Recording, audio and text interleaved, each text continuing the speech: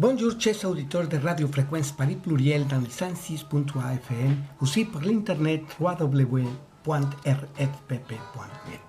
Aquí somos, aquí estamos, emisión extraordinaria correspondiente a este domingo 25 de diciembre del año 2022, en el que por una de las pocas ocasiones será en producción diferida. Y en esta ocasión vamos a tener un recuento de las secciones de Sofi Velasco, Cuentos y Poemas para Todos, con una selección de lo ocurrido este 2022. Además, presentaré el nuevo proyecto de sección Historias de la Historia que deben ser contadas, con la entrevista a un mexicano protagonista de un activismo social, cultural, y que pues por azares del destino nos hemos encontrado aquí en Francia. Me refiero a la entrevista inicial a Miguel Ángel Suárez Mesa, y ya veremos, iremos descubriendo de quién se trata, de quién quiero hablarles y por qué quiero hablarles de esto. Pues en tanto la pasen bien, esperando que hayan disfrutado de la cena de Nochebuena, los dejo en esta emisión especial. Aquí somos, aquí estamos. Muy buenos días a todos ustedes, queridos amigos radioescuchas. Bonjour à vous tous, mes chers amis. Hoy es Navidad y por primera vez en mucho tiempo Juanito se ha tomado un día de asueto.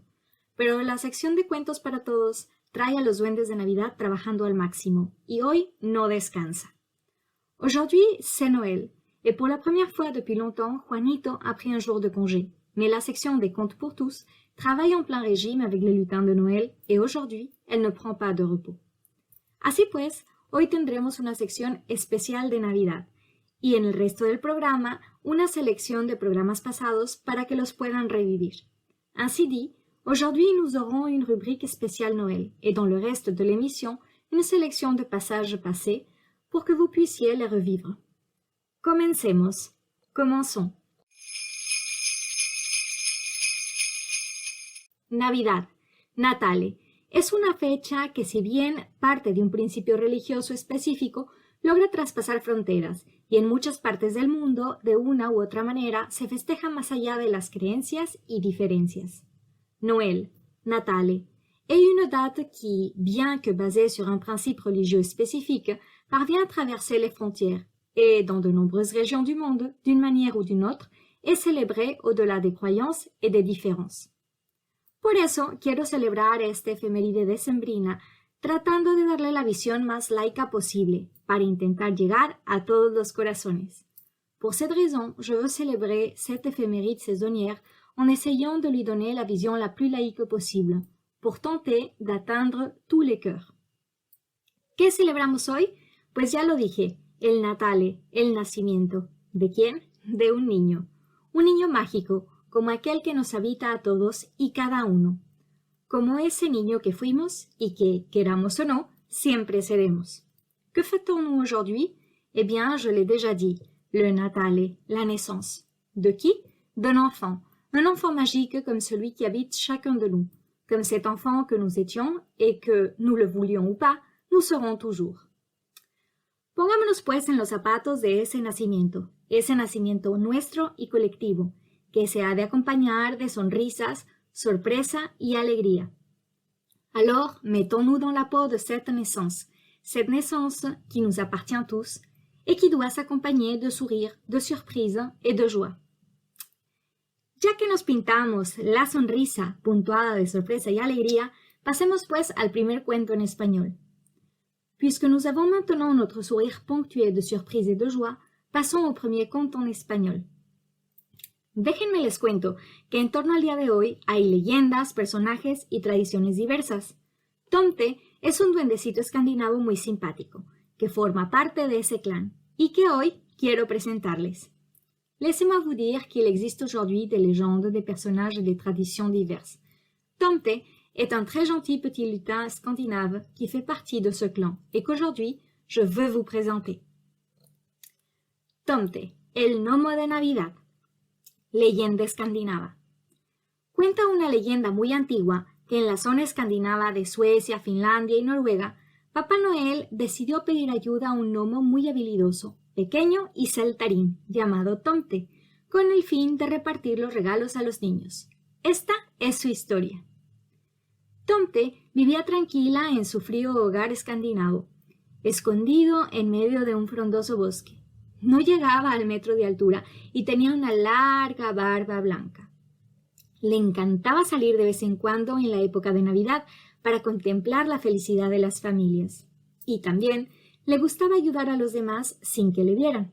Se encargaba, por ejemplo, de devolver las ovejas descarriadas a su granja o de iluminar con ayuda de sus amigas luciérnagas un claro del bosque para que ningún aldeano se perdiera.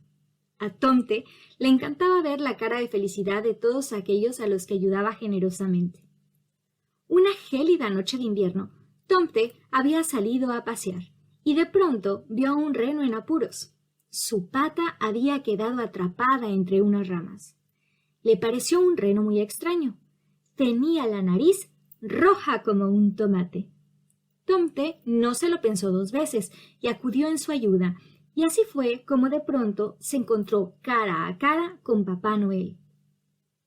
Acababa de aterrizar con su trineo y su querido reno Rodolfo había introducido sin querer su pata entre las ramas de un árbol. Tomte le ayudó a liberar su pata y Papá Noel se quedó pensativo. Llevaba toda la noche repartiendo regalos y estaba cansado. El pequeño gnomo le ofreció a Santa un chocolate caliente, le invitó a su humilde morada y estuvieron un buen rato compartiendo anécdotas.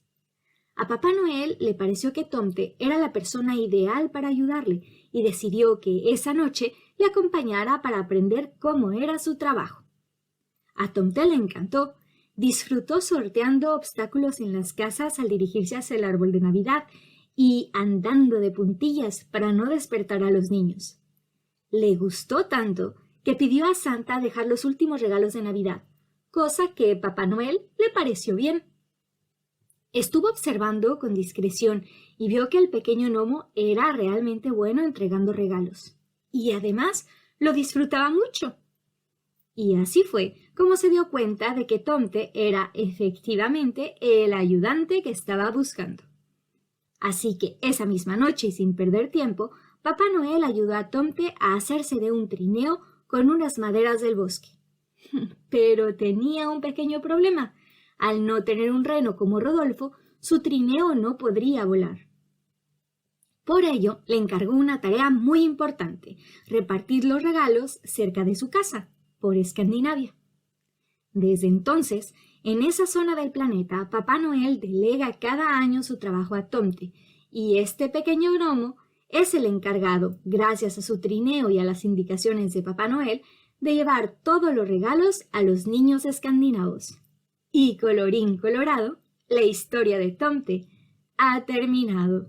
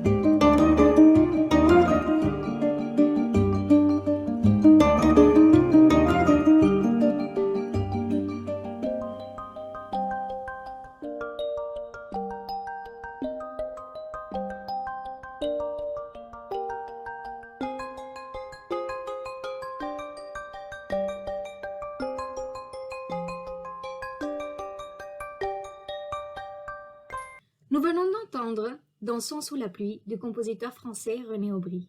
Acabamos de escuchar Dansons sous la pluie del compositor francés René Aubry. Por cierto, ¿ustedes saben qué comen los renos para volar? Líquen, pero no cualquier líquen. Debe ser líquen mágico, que solo crece en las cercanías del círculo polar. Au fait, savez-vous ce que mangent les rennes pour pouvoir voler? Du lichen, mais pas n'importe quel lichen. Ce doit être un lichen magique, qui pousse uniquement à proximité du cercle polaire. Dicho esto, pasemos al primer cuento en francés. Una historia de despertador. Ceci étant dit, passons au premier conte en français. Une histoire de réveil. Marmotte de Stéphane Daniel. En ce soir de décembre, le Père Noël descend du traîneau. Les bottes plantées dans la poudreuse, il relit en souriant la lettre que lui a adressée Petite Marmotte. Toujours pareil, elle me demande à chaque fois le même cadeau, un réveil, alors qu'elle a tellement besoin de dormir. Tout ça parce que ses amis la réclament pour jouer dans la neige. Sans bruit, le Père Noël entre et la découvre endormie. Dans son sommeil, elle a l'air si heureuse. Il regarde autour de lui et ne peut s'empêcher d'éclater de rire. La pièce est remplie de réveils. Il y en a de toutes les sortes, des mécaniques, des lumineux, des minuscules, des gigantesques équipés de 2 cloches, et même une horloge à coucou. D'ailleurs, au premier coup de minuit, le coucou sort de sa boîte. « Coucou, coucou !» lance-t-il d'un air furieux. Le Père Noël regarde Petite Marmotte qui n'a pas bougé d'un cil. Il pêche dans sa hotte le cadeau qu'il lui destine. On ôte l'emballage et pose près d'elle un nouveau réveil. Mais son cadran est un peu spécial. À la place des chiffres habituels, il y a les 12 mois de l'année. Il le règle sur le mois d'avril. Dors, Petite Marmotte, tu fêteras Noël au printemps. Et c'est dans l'herbe que tu joueras avec tes amis. La neige aura fondu, mais eux, ils seront toujours là. Et rouge et bariolé, cette histoire de réveil est terminée.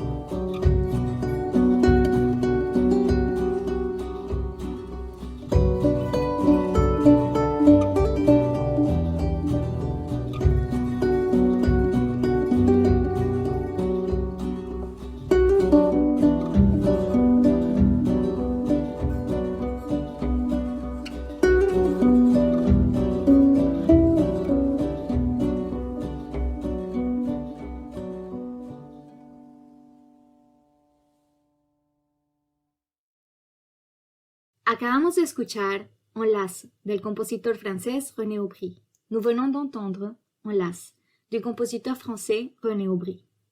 Sigamos con el segundo cuento en español. Continuons avec le deuxième conte en espagnol. Culpa, de Reinaldo Bernal Cárdenas. Mi madre, influenciada por los cuentos ilustrados que mi abuelo le traía de sus frecuentes viajes al exterior, relacionó siempre la nieve con la Navidad. En 1945, cuando ella contaba apenas 6 años, la familia pasó la Navidad en Chicago, atendiendo la invitación del tío Alberto. Acababa de terminar la guerra y resurgía la esperanza en el mundo. Mi madre solo ansiaba conocer la nieve, pero en los días previos y hasta el día de Nochebuena no cayó ni un solo copo.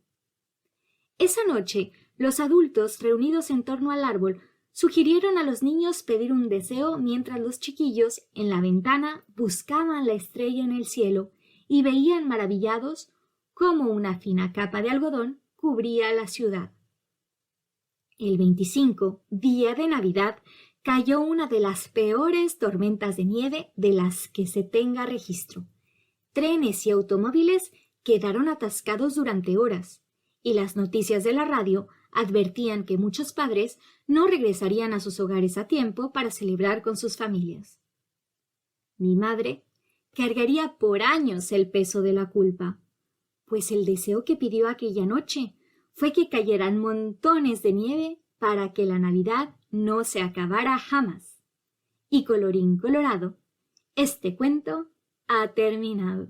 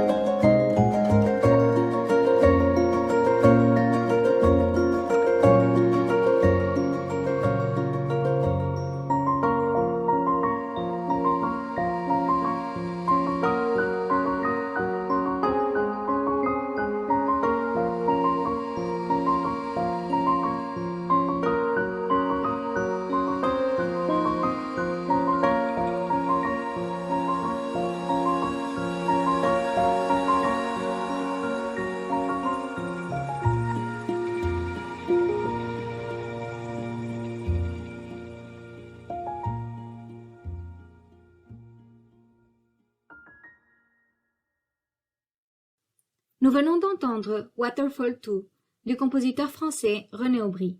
Acabamos de escuchar Waterfalls 2 del compositor francés René Aubry. Nos deseo que no nos gane la culpa, pero que sí podamos prolongar nuestros más sutiles deseos más allá de la Navidad.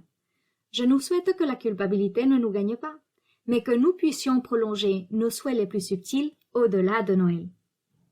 Pasemos al último cuento en francés, una historia de viaje. Passons maintenant au dernier conte en français, une histoire de voyage. Petit escargot de Stéphane Daniel. Noël approche. Petit escargot traverse péniblement son pré pour rejoindre sa famille. Pendant sa promenade, il croise petit poulain, petit lapin et petite hirondelle qui galopent, sautillent et volent à la vitesse de l'éclair. Comme ils ont de la chance! Soudain, petit escargot se heurte à une étroite planche de bois qu'il n'avait pas vue. À peine est-il monté dessus que la planche glisse et s'envole. « On y va, les enfants !» crie une grosse voix. Le vent fait frissonner les cornes de petit escargot. Il plane maintenant au-dessus de son pré, et cette voix... Soudain, il comprend qu'il est monté sur le traîneau du Père Noël. Petit escargot fait un magnifique voyage. Il survole des savanes lointaines, des forêts touffues et des étendues de glace. En quelques heures, il voit le monde comme aucun escargot ne l'a jamais vu. Lorsque le traîneau s'immobilise devant chez lui, petit escargot hésite avant de descendre. Un visage barbu lui apparaît alors. « Le voyage t'a plu, petit escargot ?» Les reines avaient envie de se dégourdir les pattes avant le grand soir. « Oh, merci, Père Noël, mes parents ne croiront jamais ce qui m'est arrivé, » dit petit escargot en descendant du traîneau. « Tu n'auras qu'à leur montrer ton dos. » Collé sur sa coquille, comme sur une valise, s'étale une collection d'étiquettes. Australie, Brésil, Amérique, Groenland. Ce vaste monde qu'il rêvait d'explorer, il le porte maintenant sur son dos. Et rouge et bariolé, les voyages de petit escargot vont sûrement continuer.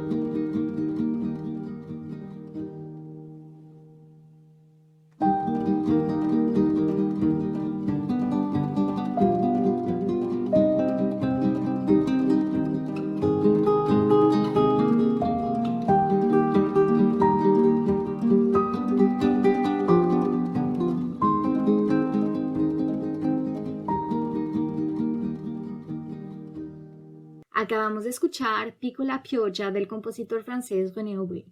Nous venons d'entendre Piccola Pioggia du compositeur français René Aubry. Bueno, una vez más ha llegado el momento de despedir esta sección especial de Navidad. Sin embargo, les invito a quedarse a escuchar la selección de extractos que continuará. Eh bien, une fois de plus, le moment est venu de clore cette section spéciale de Noël. Cependant, je vous invite à continuer d'écouter la selección d'extraits qui se poursuivra. Si tienen oportunidad, échenle un vistazo a los cuentos de Navidad de los hermanos Grimm y de Andersen, que por su extensión no pude presentarles en esta ocasión. Si vous en avez l'occasion, jetez un coup d'œil aux contes de Noël des frères Grimm et de Andersen, qu'en raison de leur longueur, je n'ai pas pu vous présenter à cette occasion.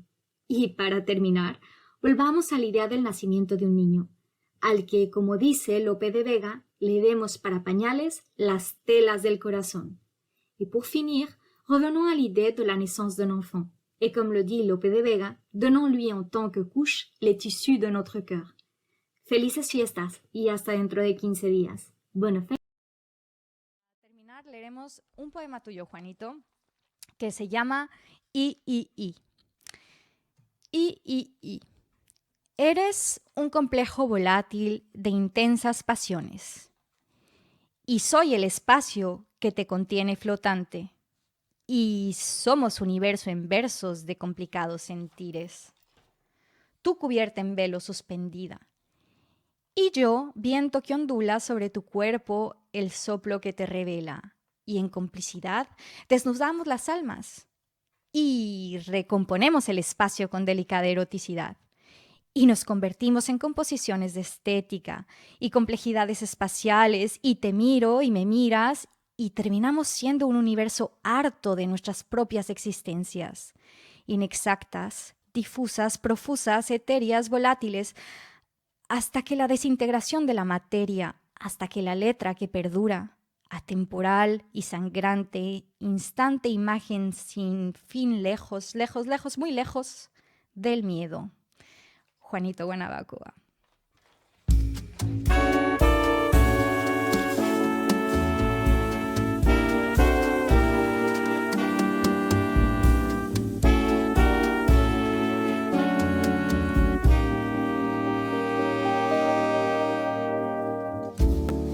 Sou um avião e eu vou em direção a sul. O raio se ilumina meus olhos e as nuvens são sob meus pés. A brisa está fria lá fora, estou andando rápido, as memórias me distraem, perdida na cintura cósmica, sem sinais pra ver onde vou. Mas meu coração não é cego, eu posso subir ao céu. A vida continua.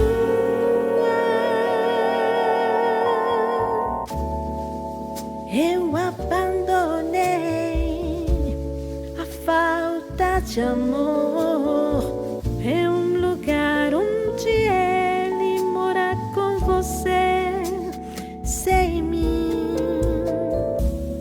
Não sei se você se lembra, mas houve um tempo em que você era minha vida. Você mudou de tempo de amor. Você mudou de sexo e de Deus. Você faz bem, tanto que mal me esquece meu refrão. Eu não fujo da minha nuvem escura. Quem dará lugar ao sol?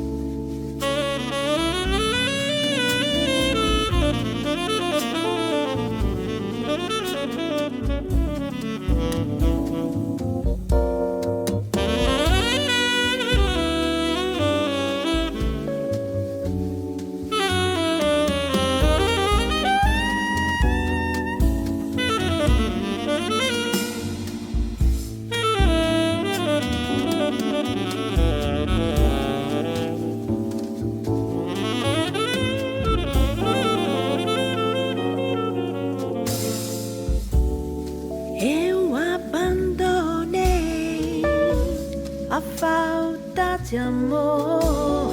É um lugar onde você sem mim. Não sei se você se lembra, mas houve tempo em que você era minha vida. Você mudou de tempo de amor. Você mudou de sexo e de Deus. Você faz bem, tanto que mal me esquece meu refrão. Eu não fujo da minha nuvem escura, quem dará lugar ao sol. A nostalgia me invade novamente, mas eu vou embora.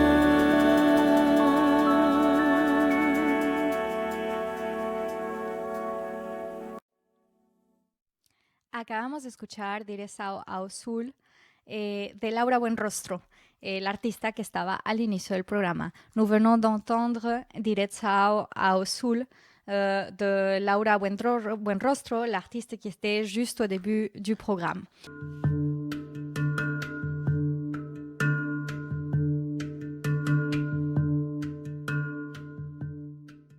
Una visita muy especial, esperando que estén ya todos los pequeños a la escucha. Voy a presentarles a ustedes a una franco-mexicana residente aquí y que ha vivido también en el terruño y se ha dedicado, entre otras muchas cosas que nos va a platicar, a despertar el interés por la lectura y a hacer de esta todo un espectáculo, todo un trabajo dirigido primeramente a los infantes. Con ustedes dejo a... Hola, muy buenos días a todos ustedes. Mi nombre es Sofía Velasco y como ya les dijo Juanito Barbacoa, estoy aquí para hacerles un domingo un poco diferente en el que vamos a hablar el tema de los cuentos.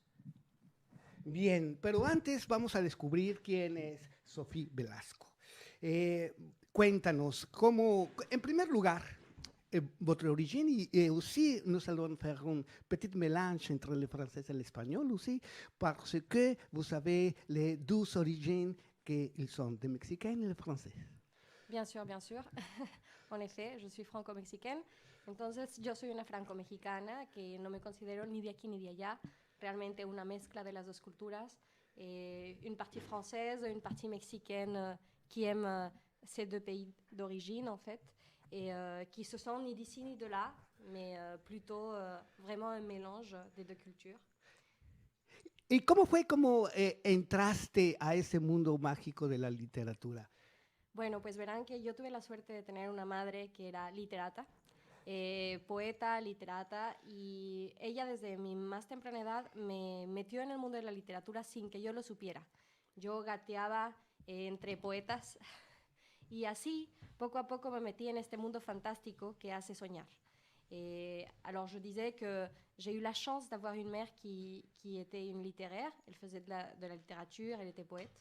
Et du coup, depuis mon plus jeune âge, j'ai eu la chance de grandir avec des poètes, en écoutant des poèmes, des contes, des histoires, etc. Et du coup, j'ai découvert sans le vouloir un monde magique qui fait rêver. En gros, voilà. Y bueno, los cuentos tienen la ventaja de despertar la curiosidad de los niños, no solamente por la lectura, sino por la observación. Y un cuento bien contado puede cambiar la percepción de muchas cosas. Es por eso que me gusta contarlos y sobre todo a un público infantil, que es el público más difícil de captivar. El público infantil es exigente, quiere contadores de cuentos buenos. Sí, y sobre todo que tienen que tener la atención puesta y captar esa atención después de toda la inquietud. ¿Cómo sentiste esa experiencia? ¿Cómo se fue dando? Mira, verás que hay un cuento que se llama El contador de cuentos que a mí me marcó mucho porque cuenta la historia de un contador de cuentos que está ante un público infantil donde está siempre una niña sentada que es la rezongona, ¿no? La rezongona le dice, es que tú eres un mal contador de cuentos, eres malo, ¿de dónde sacas tus cuentos? ¿Qué te pasa? O sea, ese público infantil que es súper exigente, que quiere ser cautivado, pero que para cautivar a un niño no es sencillo, no es nada fácil. Entonces, para mí fue un reto, ¿no? Aprender a contarlo y aprender a guardar la atención de los pequeños en 5 segundos, ¿no? Como decía precisamente Gabriel García Márquez o Julio Cortázar, lo mejor son los cuentos cortos, porque cuentos largos cansan, fastidian, y uno tiene que aprender a ser breve y dar un mensaje en cosas pequeñas. Es por eso que más que una novela, más que otras cosas, los cuentos para mí son cautivantes.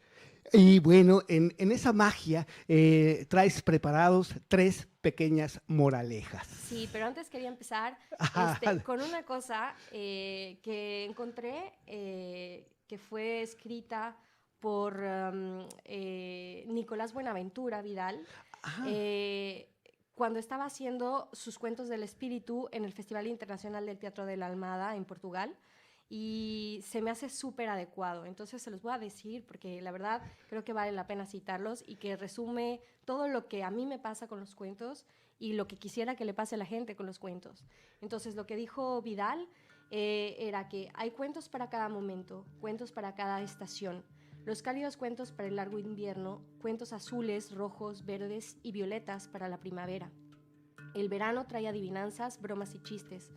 Las grandes epopeyas se encuentran en otoño, pero aquí y ahora, en aquel trópico atravesado por el dolor y la pasión, la tradición quiere que cuente los cuentos del amor, los cuentos del espíritu, para pensar, para amar y ser mejor.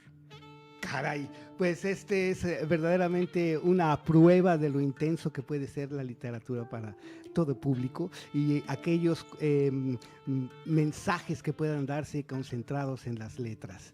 Y en esto, la experiencia que has tenido en México y en Francia en relación a los cuentos, cuéntanos cuál es tu impresión, la diferencia de los públicos infantiles, el contexto cultural, ¿cómo lo ves?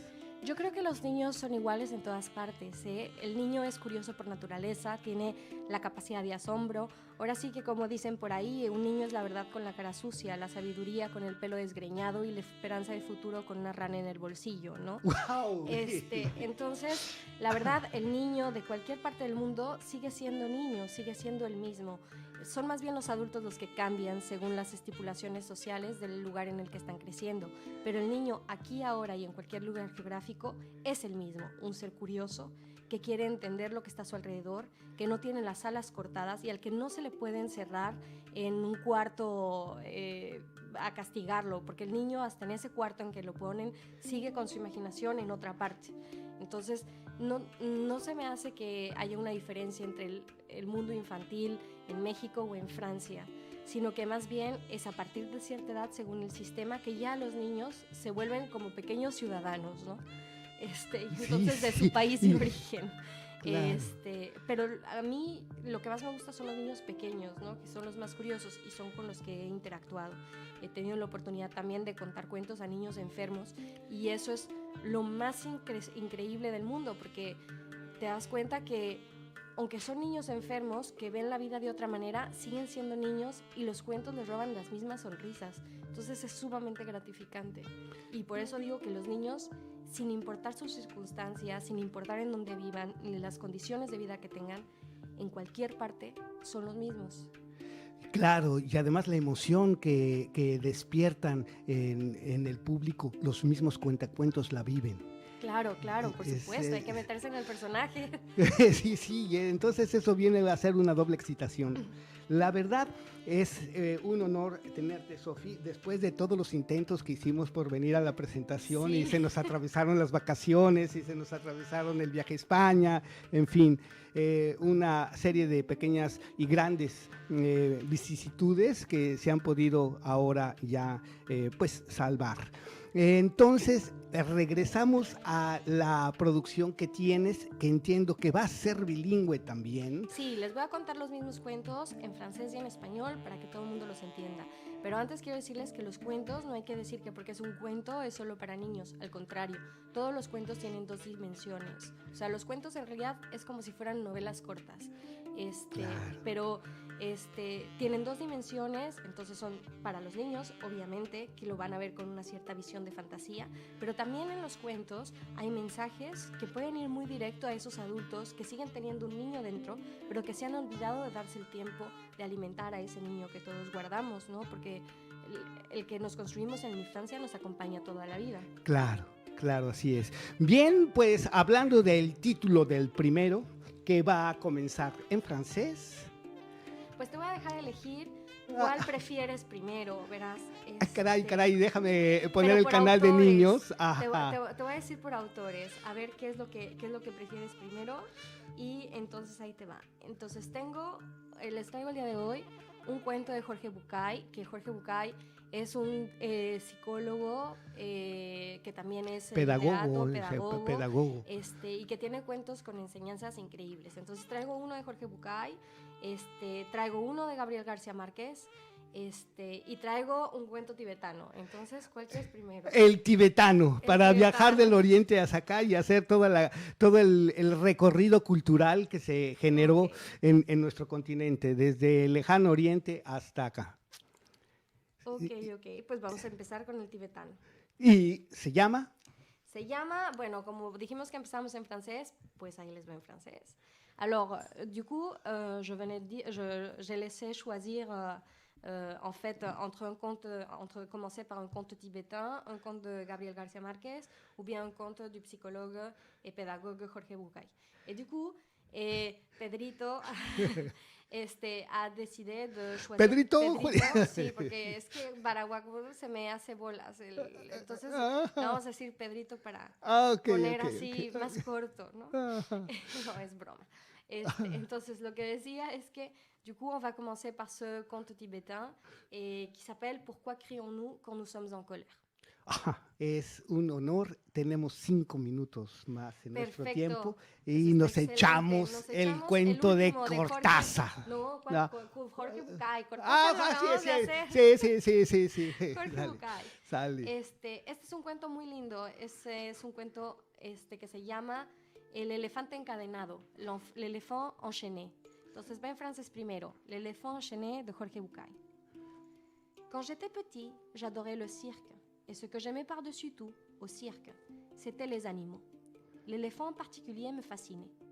Comme je l'appris par la suite, c'était l'animal préféré de tous les enfants. Pendant son numéro, l'énorme bête exhibait un poids, une taille et une force extraordinaires. Mais tout de suite après, et jusqu'à la représentation suivante, l'éléphant restait toujours attaché à un petit pieu fiché à terre, par une chaîne qui retenait une de ses pattes prisonnières. Mais ce pieu n'était qu'un minuscule morceau de bois, à peine enfoncé de quelques centimètres dans le sol. Et bien que la chaîne fût épaisse et résistante, il me semblait évident qu'un animal capable de déraciner un arbre devrait facilement pouvoir se libérer et s'en aller. Le mystère restait entier à mes yeux. Alors, qu'est-ce qui le retient? Pourquoi ne s'échappe-t-il pas? À 5 ou 6 ans, j'avais encore une confiance absolue dans la science des adultes. J'interrogeais donc un maître, un père et un oncle sur le mystère du pachyderme. L'un d'eux m'expliqua que l'éléphant ne s'échappait pas parce qu'il était dressé. Je posai alors la question qui tombe sous le sens. S'il est dressé, pourquoi l'enchaîne-t-on? Je ne me rappelle pas qu'on m'ait fait une réponse cohérente. Le temps passant, j'oubliais le mystère de l'éléphant et de son pieu. Ne m'en souvenant plus, finalement, j'ai fini par rencontrer une autre personne qui se posait la même question. Il y a quelques années, j'eus la chance de tomber sur quelqu'un d'assez savant pour connaître la vraie réponse. L'éléphant du cirque ne se détache pas parce que dès tout petit, il a été attaché à un pieu semblable. Je fermais les yeux et j'imaginais l'éléphant nouveau-né, sans défense, attaché à ce piquet. Je suis sûre qu'à ce moment, l'éléphanteau a poussé, tiré et transpiré pour essayer de se libérer. Mais que, le piquet étant trop solide pour lui, il n'y est pas arrivé malgré ses efforts. Je l'imaginais qui s'endormait épuisé, et le lendemain essayait à nouveau, et le surlendemain, et les jours suivants. Jusqu'à ce qu'un jour terrible pour son histoire, l'animal finisse par accepter son impuissance et se résigne à son sort. Cet énorme et puissant pachyderme que nous voyons au cirque ne s'échappe pas, le pauvre, parce qu'il croit en être incapable. Il garde le souvenir gravé de l'impuissance qui fut la sienne après sa naissance. Et le pire, c'est que jamais il n'a tenté d'éprouver à nouveau sa force.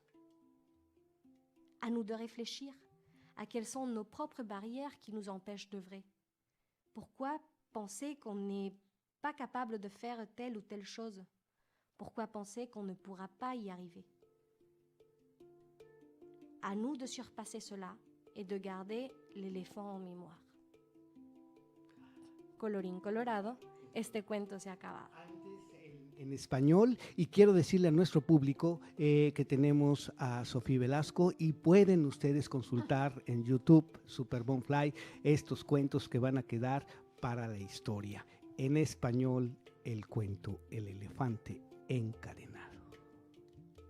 El elefante encadenado de Jorge Bucay. Cuando yo era pequeño, me encantaban los circos. Y lo que más me gustaba de los circos eran los animales. Me llamaban especialmente la atención los elefantes. Luego supe que era el animal preferido de todos los otros niños. Durante la función, la enorme bestia hacía gala de un peso, un tamaño y una fuerza descomunales. Pero después de su actuación y hasta poco antes de volver al escenario, el elefante siempre permanecía atado a una pequeña estaca clavada en el suelo con una cadena que aprisionaba una de sus patas. Sin embargo, la estaca era solo un minúsculo pedazo de madera, apenas enterrado unos centímetros en el suelo. Y aunque la cadena era gruesa y poderosa, me parecía obvio que un animal capaz de arrancar un árbol de cuajo con su fuerza podría liberarse con facilidad de la estaca y huir. El misterio sigue pareciéndome evidente. ¿Qué lo sujeta entonces? ¿Por qué no huye? Cuando tenía 5 o 6 años, yo todavía confiaba en la sabiduría de los adultos. Pregunté entonces a un maestro, un padre, a un tío por el misterioso elefante. Alguno de ellos me explicó que el elefante no se escapaba porque estaba amaestrado. Hice entonces la pregunta obvia: si está amaestrado, ¿por qué lo encadenan? No recuerdo haber recibido ninguna respuesta coherente. Con el tiempo, olvidé el misterio del elefante y la estaca, y solo lo recordaba cuando me encontraba con otros que también se habían hecho la misma pregunta. Hace algunos años descubrí a alguien que había sido lo suficientemente sabio como para encontrar la respuesta. El elefante del circo no se escapa porque ha estado atado a esta estaca desde que era muy pequeño. Cerré entonces los ojos e imaginé al indefenso elefante recién nacido sujeto a la estaca. Estoy seguro de que en aquel momento el elefantito empujó, tiró y sudó tratando de soltarse. Y a pesar de sus esfuerzos, no lo consiguió, porque aquella estaca era demasiado dura para él. Imaginé que se dormía agotado y que al día siguiente lo volví a intentar y al otro día y al otro, hasta que un día terrible para su historia, el animal aceptó su impotencia y se resignó a su destino. Ese elefante enorme y poderoso que vemos en el circo no se escapa porque el pobre cree que no puede. Tiene grabado el recuerdo de la impotencia que sintió poco después de nacer. Y lo peor es que jamás se ha vuelto a cuestionar seriamente ese recuerdo. Jamás intentó volver a poner a prueba su fuerza. Todos somos un poco como el elefante del circo. Vamos por el mundo atados a cientos de estacas que nos restan libertad. Vivimos pensando que no podemos hacer montones de cosas simplemente porque una vez, hace tiempo, cuando éramos pequeños, Lo intentamos y no lo conseguimos. Hicimos entonces lo mismo que el elefante y grabamos en nuestra memoria este mensaje: no puedo y nunca podré. Hemos crecido llevando ese mensaje que nos impusimos a nosotros mismos y por eso nunca más volvimos a intentar liberarnos de la estaca. Cuando a veces sentimos los grilletes y hacemos sonar las cadenas, miramos de reojo la estaca y pensamos: no puedo y nunca podré. A nosotros de guardar en memoria el elefante. Y colorín colorado, este cuento se ha acabado. Aquí somos, aquí estamos, en la emisión correspondiente a este domingo 17 de enero. Domingo 17 de enero, 3 días antes de mi cumpleaños. ¡Wow! Bien, pues como les decía a ustedes la semana pasada, hoy tenemos la presencia de Sofi Velasco y sus cuentos. Sofi, ¿cómo estás? Muy bien, gracias. Muy buenos días a todos ustedes. Qué gusto reencontrarlos después de tanto tiempo. Bonjour à vous tous. Quel plaisir de vous retrouver après si longtemps. Et aussi, nous avons la présence d'un franco-brésilien. Max, merci de ton assistance depuis très longtemps que vous êtes ici, aussi que tu viens de loin. Comment ça va? Bonjour. Bonjour. On se connaît. En fait, on est en plein changement d'émission. Alors, si vous entendez du bruit, c'est normal. En fait, on essaye de faire tout au plus vite et au mieux avec les mesures sanitaires, en respectant les distanciations, et c'est des fois un peu compliqué. Oui. Max, tu viens de où? Alors, je viens de Montpellier. J'habite à 1 heure de Montpellier, dans le sud de la France. Bien. Bueno, Sofi, dame 2 minutos para poner una pieza saludando a todo nuestro público. Ahorita te paso tu... Perfecto.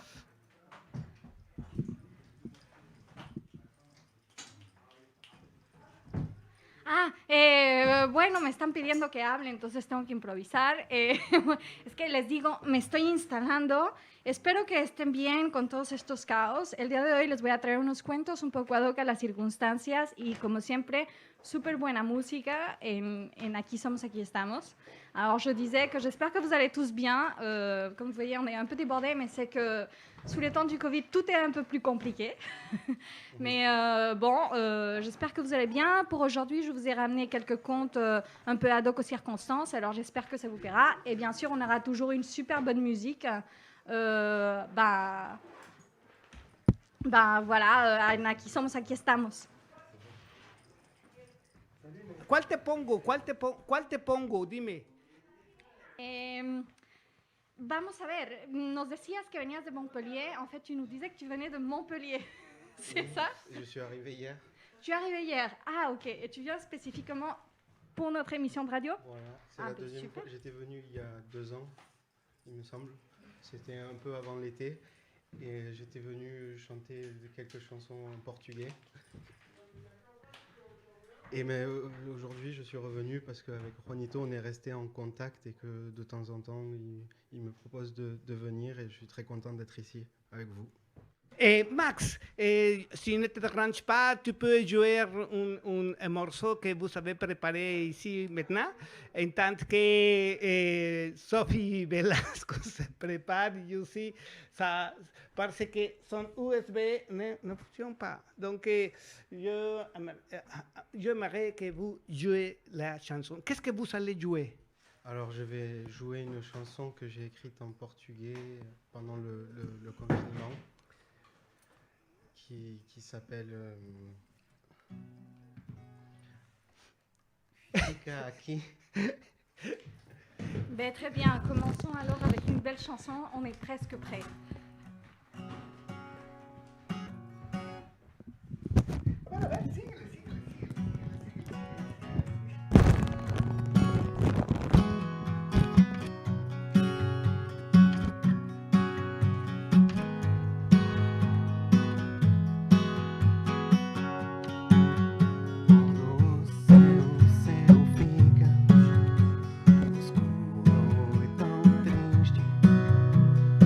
Quando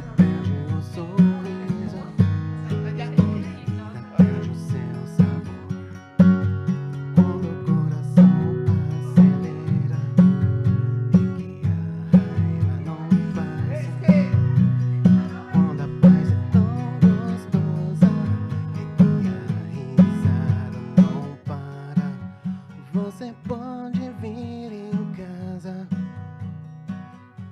pra descansar, sentar aqui comigo,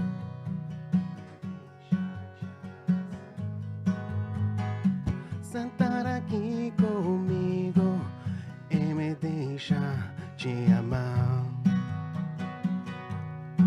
Eu não aguento o som da sua voz, eu não aguento seu olhar de paixão, eu não aguento caminhar no mar e que você pega a minha mão. Você me chamou de maluco quando eu coloquei o meu joelho no chão. Me falou sim e me abraçou. Ai, que delícia, amor, seu beijão. Você pode vir em casa pra descansar, sentar aqui comigo e me deixar te abraçar, sentar aqui comigo e me deixar te amar. Ouvi o som do meu despertador, abri os meus olhos, dei uma olhada pro lado, não tinha mais ninguém comigo. Já faz meses que cê saiu e que eu fico sozinho. Guardar você por perto nunca consegui. O problema é que eu ainda te amo. Você pode vir em casa pra descansar, sentar aqui comigo e me deixar te abraçar, sentar aqui comigo e me deixar te amar.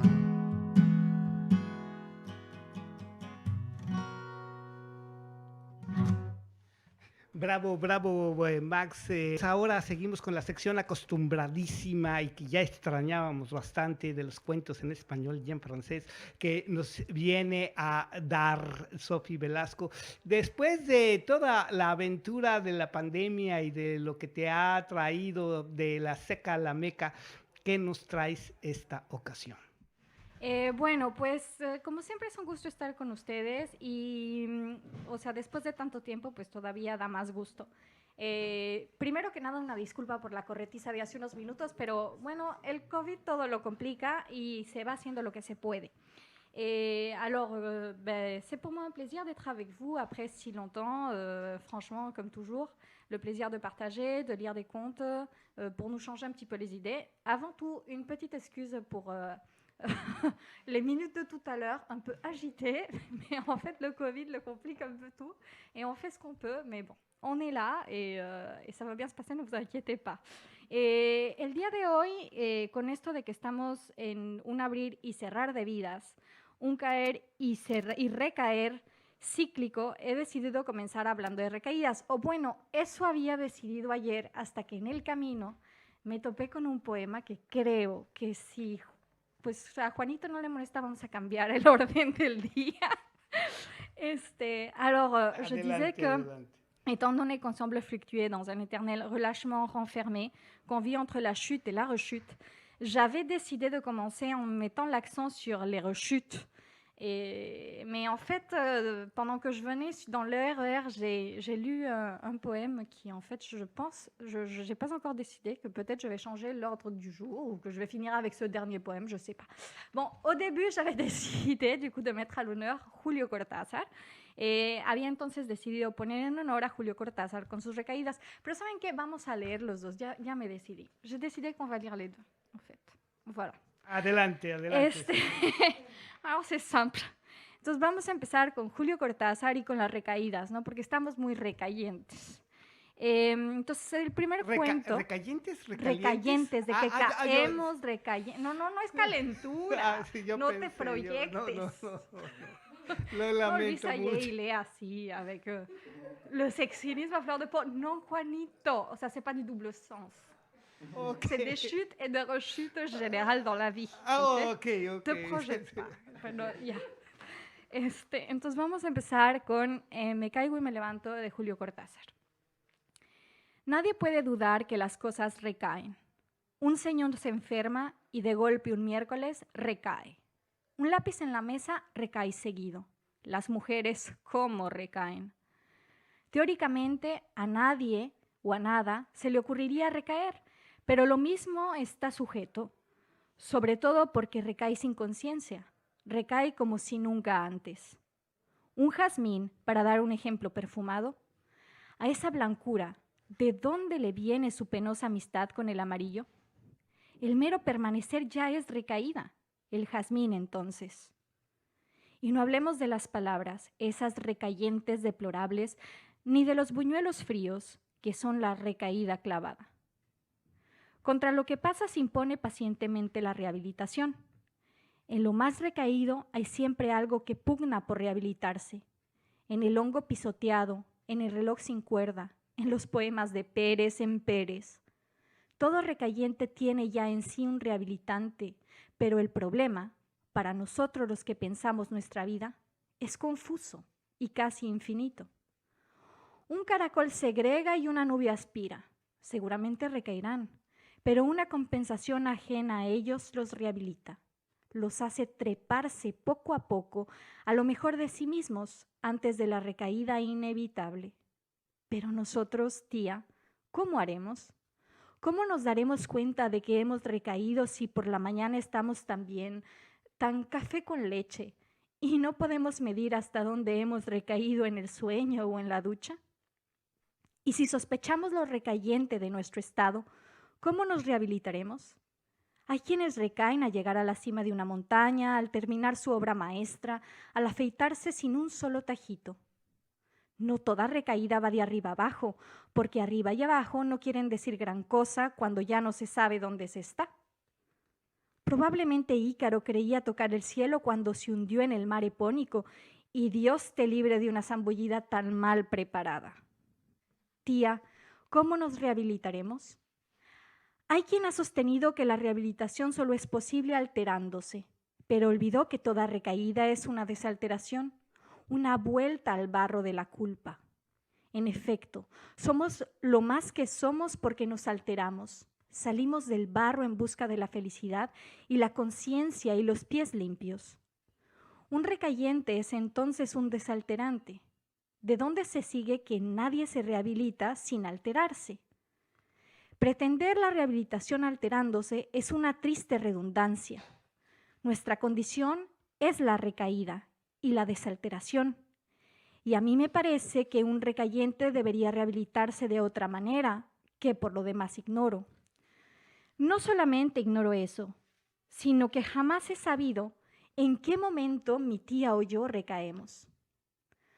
¿Cómo rehabilitarnos entonces, si a lo mejor no hemos recaído todavía y la rehabilitación nos encuentra ya rehabilitados? Tía, ¿no será esa la respuesta ahora que lo pienso? Hagamos una cosa. Usted se rehabilita y yo la observo. Varios días seguidos, digamos, una rehabilitación continua. Usted está todo el tiempo rehabilitándose y yo la observo. O al revés, si prefiere, pero a mí me gustaría que empezara usted, porque soy modesto y buen observador. De esa manera, si yo recaigo en los intervalos de mi rehabilitación, mientras que usted no le da tiempo a la recaída y se rehabilita como un cine continuado, al cabo de poco nuestra diferencia será enorme. Usted estará tan por encima que dará gusto. Entonces, yo sabré que el sistema ha funcionado y empezaré a rehabilitarme furiosamente. Pondré el despertador a las 3 de la mañana, suspenderé mi vida conyugal y las demás recaídas que conozco para que solo queden las que no conozco. Y a lo mejor poco a poco, un día, estaremos otra vez juntos, tía, y será tan hermoso decir, ahora nos vamos al centro y nos compramos un helado, el mío todo de frutilla y el de usted con chocolate y bizcochito. Y colorín colorado, este cuento se ha acabado.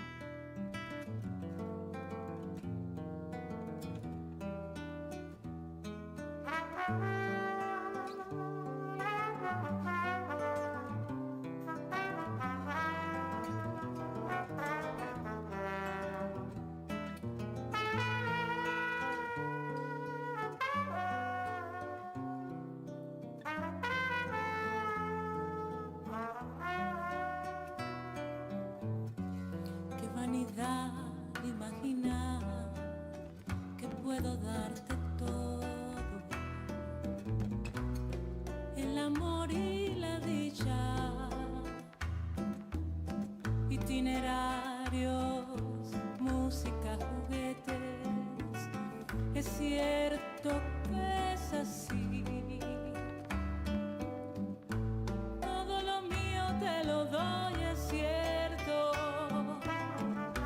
pero todo lo mío no te basta, como a mí no me basta que me des todo lo tuyo. Por eso no seremos nunca la pareja perfecta, la tarjeta postal, si no somos capaces de aceptar que solo en la aritmética el 2 nace del 1 más el 1. Por ahí un papelito que solamente dice: siempre fuiste mi espejo. Quiero decir que para verme tenía que mirarte.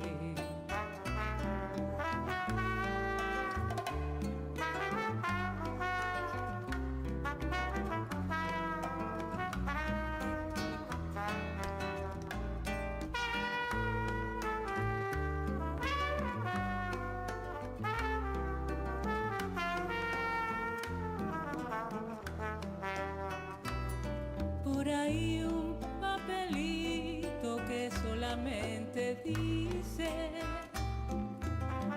siempre fuiste mi espejo. Quiero decir que para verme tenía que mirarte. Tenía que mirarte.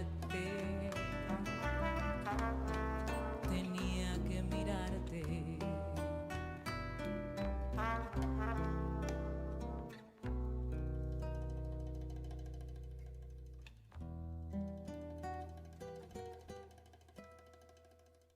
Para verte tenía que mirarte. Exacto, acabamos de escuchar Bolero, palabras de Julio Cortázar en voz de la cantante y periodista cubana residente en Galicia, Yamilia Purofilin.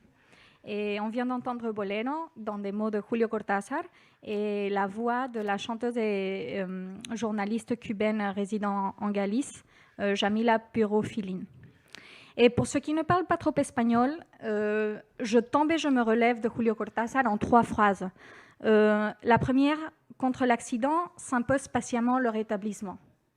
La deuxième, un escargot se crête, un nuage aspire. Ils récidiveront, c'est sûr, mais une compensation étrangère à eux-mêmes les rétablit, les fait grimper peu à peu jusqu'au meilleur d'eux-mêmes avant l'inévitable récidive. La troisième, certains ont soutenu que le rétablissement n'est possible que dans l'altération, mais c'était oublier que toute récidive est une désaltération, un retour à l'argile originelle de la faute. Nous sommes ce que nous sommes, parce que nous nous altérons. Nous quittons l'argile à la recherche du bonheur, la conscience et les pieds propres. Y como recaímos, pues hay que cambiar el mundo, ¿no?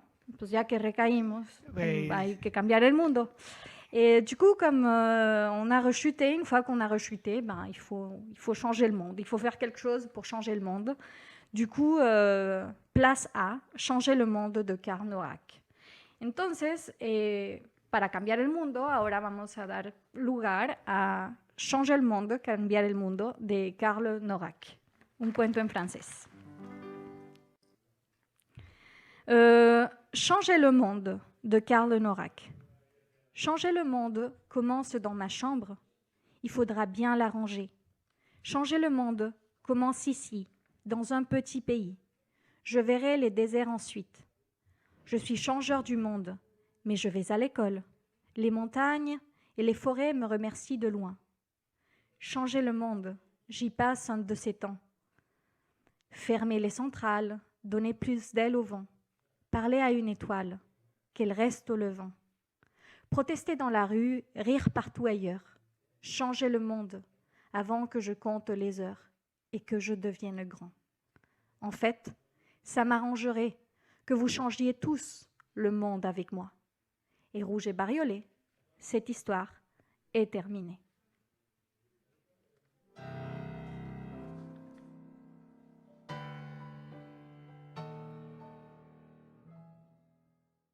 Estamos escuchando un pedacito de una canción dedicada a la caridad del cobre, Ochun en sincretismo, con al piano el grandísimo Chucho Valdés, con su interpretación en un concierto que tuve la oportunidad de escuchar en la Philharmonie de París.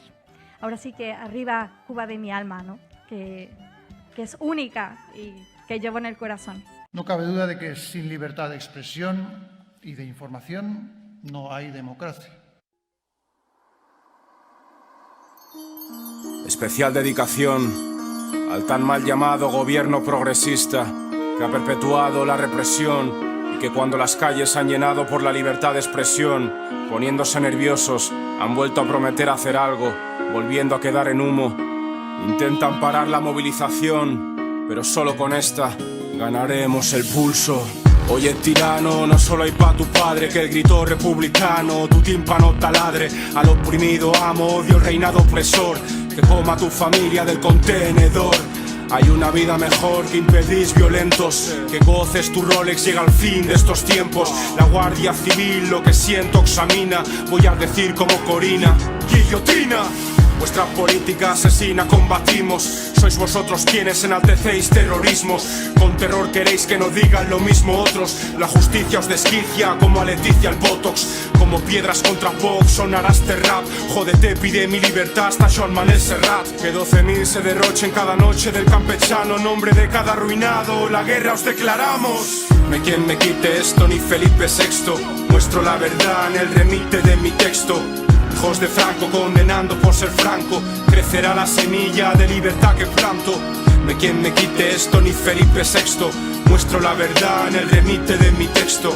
Hijos de Franco condenando por ser franco, crecerá la semilla de libertad que planto. Mira como tu reino decadente agoniza, echad leña al fuego que os convierte en ceniza. Nuestra corona de espinas corta las vendas, sin las que la zarzuela sería una escuela donde aprendan la barbarie del poder de la cruel oligarquía que condena a darla a conocer porque concienciaría. Ancianos abandonados lloran hasta el final, pensiones más baratas que una hora de familia real. Voy a hablar de igualdad en las colas del hambre, sin escoltas te darán más que esta canción suave. Cuando tu dominación acabe, la historia nos absolverá. De honor conocerá sudor al currar de verdad. Repudias no controlar toda la masa, no son injurias, es contar lo que pasa. Fascista no somos el domesticado iglesia, somos la ira que a la revolución aspira y no anestesias. No hay quien me quite esto ni Felipe VI, muestro la verdad en el remite de mi texto. Hijos de Franco condenando por ser franco, crecerá la semilla de libertad que planto. No hay quien me quite esto ni Felipe VI, muestro la verdad en el remite de mi texto. Hijos de Franco condenando por ser franco, crecerá la semilla de libertad que planto. Encarcelad mi solidaridad, habrá más jodeos. La brutalidad policial no tendrá complicidad ni rapeo. Se multiplica en la calle el rechazo al trono rancio. Cuando el miedo os falle ya llegará a palacio. Este mensaje está destinado a ser libre, porque este estado la mayoría no nos sirve. No sufriréis os guste o no y mi micrófono seguirá incómodo. Adiós control, ya lo contó. No hay quien me quite esto ni Felipe VI, muestro la verdad en el remite de mi texto. Hijos de Franco condenando por ser franco, crecerá la semilla de libertad que planto. No hay quien me quite esto ni Felipe VI, muestro la verdad en el remite de mi texto. Hijos de Franco condenando por ser franco, crecerá la semilla de libertad que planto. Muerte al régimen que dejan los huesos, a la justicia teniéndonos presos, pero fuera tú también tienes barrotes que te explotan distraído pa' que no explotes. Que su inquisición me lleve a la hoguera, las llamas les esperan encendiendo la rabia obrera. Yo nunca estaré en la cárcel del miedo, somos capaces de parar lo que hacen, créelo. Bueno, aquí estamos. El programa del 106.3 FM Radio Frecuencia París Pluriel en París. Nos encontramos con Miguel Ángel Suárez Mesa. Miguel Ángel Suárez Mesa viene a Francia en un viaje de información, pero lo que vamos a hacer ahora es entrar un poco a la historia y a el testimonio de personas que construyen nuestro presente social. El hecho es que las experiencias personales de trabajo de Miguel Ángel y de cualquier otra persona militante social, pues van creando una serie de testimonios que son parte de la historia y que he llamado el presente social porque se remontan a décadas de antecedentes sociales y a presentes acciones en pro de la movilización de sectores o de grupos o de personas, tanto en México como en el mundo. Y en este caso vamos a retomar una historia que ha sido el tema de agenda clásico entre México y Estados Unidos, la inmigración de mexicanos a los Estados Unidos. No es nada más el repetir una cifra, decir que hay entre 30 y 40 millones de mexicanos en Estados Unidos y que eso constituye por sí un problema. Hay todo un antecedente histórico de lucha, de relaciones familiares, personales, políticas, sociales, que han dado a este tema pues una importancia que se refleja también en problemas de orden global, de orden mundial.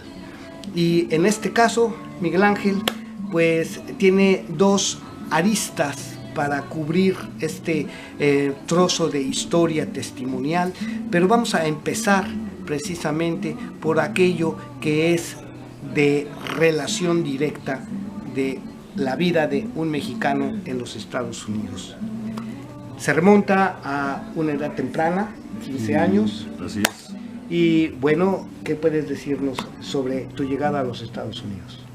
Bueno, estadísticamente hablando, ya sabes que México, uno de los países que más emigra a lo que es la Unión Americana, y por mi caso fue, yo creo que un poco diferente a la mayoría de los paisanos que van para allá. Muchos de los paisanos pues están por el tema económico, el tema de garantías individuales. En mi caso fue un tema más familiar, ¿no? Pero este tema familiar que también al final resulta ser por también la misma idiosincrasia social que hay en nuestro país, del divorcio de mis padres, donde por falta de una cosa u otra terminan separados, y yo pues he criado toda mi vida con mi mamá. El amor de madre pues es el que me llama y emigro a esta edad. Bien, aquí hay un punto que hay que hacer notar, y que es la actividad social de esos padres. Claro. Miguel Ángel es oriundo del estado de Guerrero. Así es. El estado de Guerrero con una gran historia de lucha social. Entonces vamos ubicándonos en ese contexto, y bien, en ese momento estamos hablando de los años 60, 70, en las que se da también en México una lucha social con sede en Guerrero muy significativa, que ha dado producto histórico y nombres que aún hoy están en estado de investigación. Genaro Vázquez, yo he hablado también del periodista, mi amigo, que tomó las más significativas fotografías de este guerrillero. Wow. No voy a mencionar ahorita el nombre, vamos a ir descubriendo cómo esta relación conecta a todos, pero sí, Armando Lenin Salgado, guerrerense también, pues forma parte del testimonio de esta historia. Pero seguimos con Miguel Ángel. Lenin Salgado, pues con ese nombre, ¿no?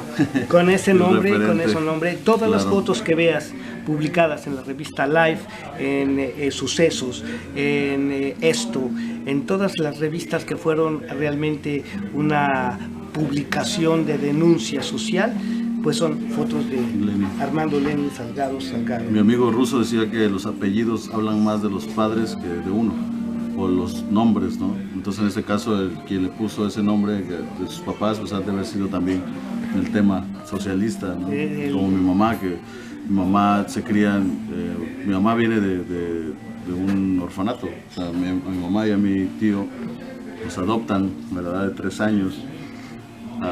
Descubrimos con el tiempo que era más, bueno, que la razón que adoptan a mi tío y a mi mamá es porque era más barato adoptar niños que criarlos, ¿no? Entonces, bueno, que tener una niñera para poder, ¿no?, que te ayuden en las cosas de la casa. Entonces, mi abuela adoptiva van a un orfanato y adoptan a unos niños en malnutrición, y después de eso, cuando mi mamá está un poco más grande, ellos procrean sus hijos biológicos y es donde empieza todo el tema de sufrimiento, de ser la única hija y de estar sujeta a incluso la misma discriminación por parte de su mamá. Y esto va de la mano cuando las guerrillas en Guerrero se están despertando y cuando Lucio va reclutando, y muchas de las personas que estaban en esas guerrillas eran menores de edad, no eran niños de secundaria, de prepa, ¿no? Entonces, lo que lleva a este caso es de cuando matan a Lucio Cabañas, mi mamá pues tiene que salir hay una persecución a toda la gente que sigue a Lucio, y es donde se encuentra con mi papá, un empresario de Veracruz que se dedica a las exportaciones de pescado a Estados Unidos. Se juntan y es como salen de ese contexto y después procrean y pues me tienen a mí primero. Pero en la sangre traigo todo este tema, ¿no? Todo este tema social de la lucha por parte de mi mamá, que fue más como una opción de irse a la guerrilla en vez de estar en su casa, ¿no? Muchos de los jóvenes, incluso en mi caso, no es tanto que nos guste la calle, ¿no? Como a veces la sociedad o el mismo gobierno pone, no, es que ellos son callejeros, ellos son vagos. La etiqueta. Pero yo creo que es al revés, tenemos que empezar muy bien y claro que a veces las cosas no son como la misma sociedad las estructura y nos hace creer en estos dogmas. A veces hay que preguntarnos la pregunta si los jóvenes no quieren estar en su casa es porque a lo mejor no están bien en su casa, ¿no? Y eso partiendo de este panorama, pues muchos jóvenes tuvieran, yo creo que más respeto y tuvieran más apoyo por parte de la misma sociedad y no terminarían haciendo las cosas que en mi caso yo terminé haciendo. O sea, yo emigré a esta edad y si a mí me recomiendan, si yo desearía eso para alguien más, dijera completamente que no. Bien, pues entonces ese fue el origen de la inmigración de la familia de Miguel Ángel a los Estados Unidos. Viene el fenómeno social de las comunidades en ese país, claro, en esos primos del norte, como les decimos de manera coloquial también, no tanto despectiva, que empieza una situación de marginalización social. Ahí es donde Miguel Ángel opta por seguir la vida, como él dice, influenciado por las circunstancias. ¿Qué es lo que sucede en ese lapso de tiempo? Pues, primer día que llego a Estados Unidos, después de haber intentado 5 veces, y 5 veces ser deportado a esta edad, nosotros por ser menores de edad, el Estado gringo pues no quería hacerse cargo, te metes en un tema, ¿no? de si no tienes el trato a los niños que se merecen, entonces lo que hacían era botarnos, o sea, nos sacaban y nosotros volvíamos a intentar nogales, tecate, algodones, a todas sus zonas, yuma, ¿no? Incluso yo había pasado las primeras 2 veces, pero por ir con mi hermano y no dejarlo, pues tuve que regresarme y dejarme agarrar por los migras para poder otra vez intentar. Primer día que llegamos, yo lo recuerdo muy bien, el hermano de mi mamá, mi tío Memo, pues hermano adoptivo, ¿no? Me dice, ¿sabes qué? Aquí no estamos en México, aquí se viene a trabajar. Primer día, yo llego un 15, me acuerdo todavía, fue hasta simbólico, llego un 15 de septiembre a San Diego, llego a las 8 de la noche a San José, al 16 de septiembre, Día de la Independencia Mexicana, un niño de 15 años y otro niño de 12 años a trabajar a la construcción. Y se lo agradezco a mi tío, o sea, no es algo que estoy quejando, es algo que me ayudó bastante Fue una realidad. A entender cuál era nuestra posición en este país. Y de ahí se detonó todo el tema también de crear algo para un instrumento de unificación y de defensa hacia los derechos laborales. al paso de los años, ese fenómeno de migración de pequeños infantes, me tocó vivirlo en Tecate. La mafia les daba $1,000 por hacer el salto, llevando un paquete en la espalda de cocaína. En un momento dado, el conflicto moral es qué hace uno con un detenido menor de edad que lo único que quiere es sobrevivir. Bien, Tecate, Baja California es un paso fronterizo en el desierto a pocas horas de Tijuana y que pues tiene una frontera verdaderamente conflictiva. Las casas están en la línea fronteriza y son 50, 100 metros de distancia a los Estados Unidos. Esto es para ir contextualizando la experiencia que tuve de servicio público en la Policía Judicial Federal, en la Dirección General de Investigación de Narcóticos, con las realidades que vienen contándose desde el otro lado de la historia. Bien, esto ya pasamos la infancia, claro. Vamos a pasar a la vida en una comunidad que fue paulatinamente segregada. Por problemas dentro de las mismas comunidades de migrantes y por problemas entre las comunidades de migrantes y los residentes en los Estados Unidos. Cuéntame. Esto lo explica muy bien Carlos Fuentes en El espejo enterrado. Es un libro recomendable para entender la perspectiva de un mexicano y la evolución de nosotros, donde empieza Carlos es en los ancestros y termina en las calles, en los barrios. Pues venimos de una réplica social, así le llamo yo, donde las primeras gangas, y esto lo quiero dejar muy claro con el tema ahorita de El Salvador y Bukele que tienen con las pandillas, y el tema pandillero que sigue hasta la fecha existiendo muy fuerte, pero hay que entender el trasfondo de dónde viene esto, de dónde lo aprendimos nosotros. Y es un problema compuesto y hecho y fabricado en un laboratorio social que se llama Estados Unidos. Y eso es lo que tenemos que entender.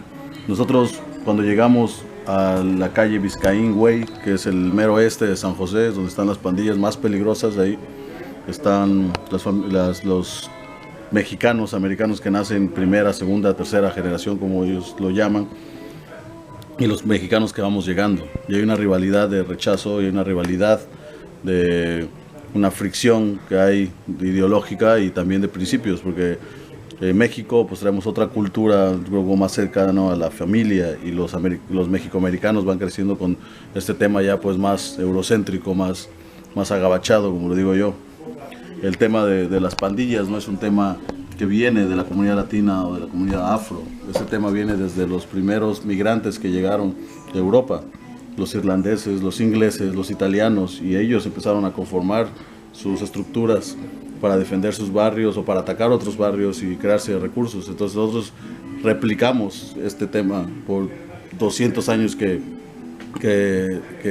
las pandillas empezaron en Estados Unidos. El tema con nuestra comunidad es que siento que se perpetuó y se culturalizó esto. O sea, ya no salimos de ahí. Ellos entendieron que no era la forma de estarse peleando entre todos. Y eso es lo que más teme el gobierno de Estados Unidos, que las minorías, como las comunidades afroamericanas, las comunidades asiáticas y las comunidades mexicanas, hagan lo mismo que los irlandeses, los italianos y los europeos hicieron, y puedan unificarse y crear su propia economía, sus propios negocios y su propio tema educativo. Bueno, en relación a este panorama ya de por sí complejo, vemos entonces el lado humano. ¿Qué es lo que pasó? ¿Qué es lo que la gente llegó a hacer mal? No por, como lo dice Miguel Ángel, iniciativa propia, por traer el mal uno mismo, sino obligado por una circunstancia. Esto estamos hablando con una persona de 40 años, más o menos. Estamos hablando entonces de problemas que nacieron en los años 60 y que hoy actualmente están involucrados en una cultura de violencia. Pero en ese tiempo también hay unas luchas sociales que se están desarrollando en los Estados Unidos, y en el caso de Miguel Ángel tenemos anécdotas muy significativas, porque la señora Davis, Angela Davis, esta mujer afroamericana de la lucha social, del famoso episodio de Panteras Negras, que aún persiste en los Estados Unidos como un movimiento social, que se manifestó en un momento dado con un guante en 1968 en la Olimpiada en México. Vamos a ver entonces esa clase de acciones contra la ley y esa clase de problemas sociales que vivió nuestro amigo Miguel Ángel. Vale. Entonces estábamos diciendo, cuéntame esas acciones fuera de la ley, esos problemas que tuviste. Como yo a los 17 años me encuentro un libro de Malcolm X en español. Y previo a eso, años antes en México, había una serie muy famosa de mi época que se llama El Príncipe del Rap. El Príncipe del Rap, en el primer episodio, que es interpretado por Will Smith, llega con una grabadora de esto representando el rap y llega con un cartelón de Malcolm X para su cuarto. Y desde ese tiempo relacioné esa imagen, porque yo era seguidor de esta serie, con Malcolm X. Y ese libro lo leí, me acuerdo de la primera vez, no pude parar de leer la historia tan impresionante de este líder. Y eso me atrajo a seguir investigando más sobre las luchas sociales, y llegué a César Chávez, y llegué a Alberto Corona, y llegué a los Brown Berets, y llegué a los Panteras Negras.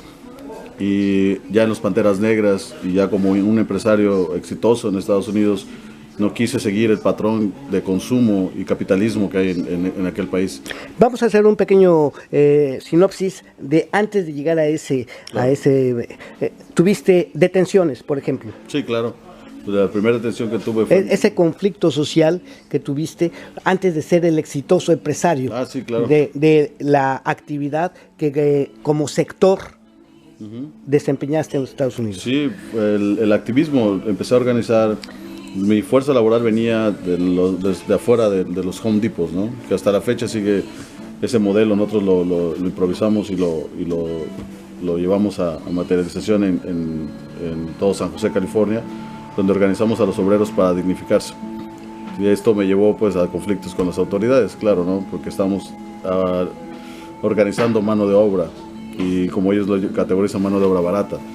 El tema es que cuando contratistas se llevaban una cuadrilla de obreros mexicanos, los hacían trabajar 2 semanas comprando las hamburguesas de McDonald's, $1, que es lo más barato que coman, y un día antes, ya después que toda la remodelación está terminada o la construcción, llegaba migración, que el mismo patrón o el mismo contratista llamaba para deportar a toda la cuadrilla y así evitarse. Entonces daban precios que nadie podía competir porque sabían lo que iban a hacer.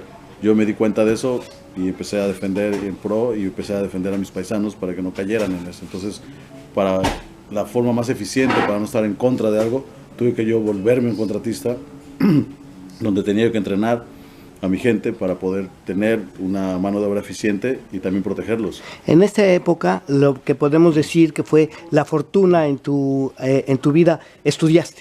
Claro. ¿Cómo fue entonces ese paso de Yo quería seguir. La primera escuela que voy se llamaba W.C. Overfield High School, una de las escuelas pues más peligrosas en Estados Unidos. Para un detalle que te cuento, necesitabas pasar por un detector de armas, como si fueras no sé, a la cárcel o algún tipo de institución gubernamental. Los conserjes de las escuelas no eran conserjes personas, eran policías armados. Esa era entonces lo que estaban haciéndonos, era ya criándonos a un ambiente de violencia, un ambiente carcelario, un ambiente para seguir esta cultura carcelaria, ¿no? Que hay, que incluso se volvió tan cultural que muchos jóvenes hasta prefieren, para ellos hacer parte de ser un hombre latino o ser un hombre que no sea blanco en Estados Unidos, es casi como una graduación ir a la cárcel. Entonces yo no quería hacer eso. Yo vi el esquema y me junté allá. El sistema educativo te pone los llamados cónsuls o los consejeros escolares, y a mí me dijo mi consejera: si quieres aprender inglés bien, tienes que salir del este de San José. Si te vas a Evergreen College, ahí vas a encontrar un montón de mexicanos, no vas a aprender. Vete a un lugar donde sean puros blancos, aunque no te guste. Y ella me ayuda a aplicar o a solicitar que ingresen a un colegio comunitario por 2 años para practicar lo que era la historia general, el idioma y English as a Second Language y todos estos temas para perfeccionar mi entrada a una universidad formal. West Valley College está en Los Gatos, California, la zona más rica de California. Y ahí va haciendo el contacto para entrar a la escuela superior. Exactamente. Y tener la experiencia de conocer a Angela Davis. Exacto, me dan con el tema, porque siempre fui una persona muy social, me vuelvo líder de los pocos latinos, éramos como a lo mucho 10 latinos en toda la escuela. En una escuela de más de 2,000 estudiantes solamente había 10 latinos, entre ellos una brasileña que se llama Jennifer, mi amigo Alberto, y entre ellos formaron un programa que se llamó The Puente Program, que era sacar jóvenes de colegios comunitarios y llevarlos a escuelas prestigiosas como Stanford, Berkeley y otras UCLA y otras escuelas pues prestigiosas. En una feria de universidades presento un proyecto sobre hacer una tesis sobre el racismo en contra de los mexicanos, basado en lo que estaba pasando en mi comunidad y mi propia experiencia. Desde el primer día que llegué y la migra nos deportó y nos tiró al suelo y tomaban café, ellos pisándonos a mi hermano y a mí, tomando un Starbucks. Esta es la fecha que no puedo ni tomar un Starbucks, por eso, por el estrés post-dramático que me causa ver un logo de Starbucks, ¿no? Es vomitivo. Pero, claro, y aparte, pues lo que significa, Stars for the Bucks, Bucks for the Star, ¿no? Dinero para la estrella, y ya sabemos quiénes están detrás. Entonces, en esta feria, yo aplico a Berkeley y me acuerdo que las personas dicen, no temas, todavía me dice la muchacha del stand, la que llevan estas mesas, dice, no creo que, siéndote sincero, no creo que te acepten. Pero aplica, no pierdes nada para que tomes experiencia y te lleven a un tour. Y me fue decepcionado, dije, ¿cómo? ¿Por qué? O sea, ¿qué vio en mí, no? Digo, me falta más inglés, pero eso me hizo que me preparara más. Y me acuerdo que mi maestra de inglés me regaló una serie de libros de Julio Cortázar, donde Julio Cortázar dio clases en Berkeley y donde había toda la mitad del libro en español, sus poemas y traducidos al inglés, igual los de literatura. Y me acuerdo que esos 20 libros que ella me regaló, todos los leí y eso yo creo que fue lo que me hizo que me metieran a Berkeley. Cuando presento el examen, salí como uno de los mejores alumnos. Pero aunque me hubieran aceptado por ser, no sé, llegar tarde al examen o la lista, tenía que esperar una lista de más de 60 integrantes antes que yo. Entonces ahí es donde se viene una disputa, donde mi cónsul de ahora ya de la universidad, Diego, me dice, muy seguidor de César Chávez y de Emiliano Zapata, me dice, tienes que pelear, tienes que ir a hablar con la facultad y decir que hay muy pocos mexicanos en Berkeley y que te dejen entrar. Entonces eso es lo que organicé el día que yo cito a la facultad para que me den una audiencia, para yo poder sentar mi caso de por qué tengo yo que esperar 60 alumnos antes que yo. Estamos hablando de 1 año, 2 años, 1 año, 2 años, a lo mejor ya no quieren ni estudiar, aunque ya estaba yo aceptado en la universidad. Entonces fue un caso de minoría y es donde empieza mi activismo. Es creo que el primer acto de activismo que tuve, de que por ser mexicano ser una minoría y por no haber muchos mexicanos en Berkeley, me aceptaran. Entonces llevo los medios, yo como remodelaba casas, pues conocía a los reporteros de Telemundo, conocía a los empresarios latinos más, pues, que ya la habían hecho allá, ¿no? Económicamente, sus negocios, y ellos me apoyan bastante, me patrocinan, me llevan gente y vamos con Telemundo, hacemos la audiencia y soy aceptado en la Universidad de Berkeley y es donde empieza mi carrera activista desde el primer día que entro. ¿En qué momento tuviste contacto con Angela Davis? Angela era maestra de Afro American Studies. Entonces, para entrar a la clase de Angela era casi como sacarse la lotería, ¿no? Porque era de las clases más, o sea, tú como estudiante en una universidad en Estados Unidos haces tu propio calendario. Tu papel. Tienes tus puntos y tienes que ir haciendo tu esquema para conforme a lo que vas estudiando. Uno de las historias generales tenía yo Mexican American Studies con un chicano también un historiador, mi profesor Edgar Pérez, que también estuvo en el movimiento de César Chávez, y la otra era Angela Davis. Pero entonces yo tuve la suerte de ser elegido entre los 60 estudiantes y entré yo el primer, o sea, cuando me meten la clase de Angela que se llama African American Studies, era un libro de bueno, me acuerdo todavía de la portada, una como reina africana, y te enseña desde la música vernácula, todo lo que traen antes de la esclavitud. No partiendo de la esclavitud, y eso nunca lo voy a olvidar, y eso lo fui relacionando a lo mío, porque en Estados Unidos siempre las escuelas y todo nos quieren... A partir de la opresión que ha ejercido pues no los pueblos o los países europeos sobre nosotros, o en este caso los blancos sobre la comunidad afro.